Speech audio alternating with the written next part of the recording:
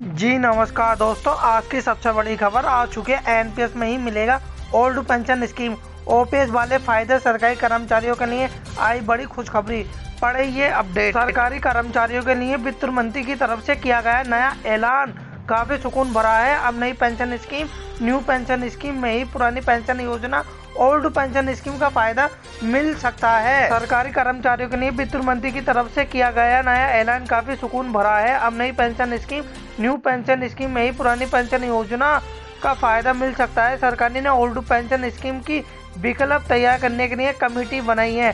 Committee अब new pension scheme को ही old pension scheme जितना पॉपुलर बनाने का काम करेगी। इसमें गारंटीड रिटर्न होगा। अतिरिक्त कमाई पर भी चर्चा हो रही है। साथ ही सरकार का कंट्रीब्यूशन भी 14% तक करने की प्लानिंग। नेशनल पेंशन सिस्टम या न्यू पेंशन स्कीम को लेकर नई व्यवस्था बनाई जाएगी। व्यवस्था ऐसी होगी जिसे केंद्र और राज्य सरकार दोनों अपना सकेंगे। ओल्ड पेंशन स्कीम पर क्या चर्चा चल रही है? दरअसल काफी दिनों से ओल्ड पेंशन स्कीम को लेकर देश भर में सरकारी कर्मचारी आंदोलन कर रहे हैं। कई राज्यों ने ओल्ड पेंशन स्कीम को बहाल कर दिया है। ऐसे में अब केंद्र सरकार भी इस गौर कर रही है। हालांकि ओल्ड पेंशन स्कीम को केंद्र स्तर पर लागू नहीं किया जा रहा है, लेकिन न्यू पेंशन स्कीम में गारंटीड रिटर्न वित्त मंत्री समीक्षा कर रहा है। अब मामला ये है कि नई पेंशन योजना में ही पुरानी पेंशन के फायदे जोड़े जाने की चर्चा है।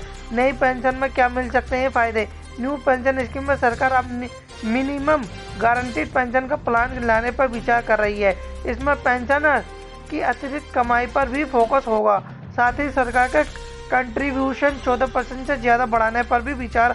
हालांकि सरकारी खजाने पर बिना बोझ डाले कंट्रीब्यूशन को कैसे बढ़ाया जाए, इसका रास्ता खोजा जा रहा है। पेंशन बढ़ाने के लिए एनटीयूटी से ज़्यादा निवेश संभव हो सकता है। फिलहाल कुल फंड का 14% एनटीयूटी निवेश होता है, जिससे आखिरी वेतन का करीब 35% पेंशन के तौर पर मिल सकता है। हालांकि मार्केट से लिंक होने पर इसकी गारंटी नहीं होती। एनपीएस में मौजूदा व्यवस्था क्या है?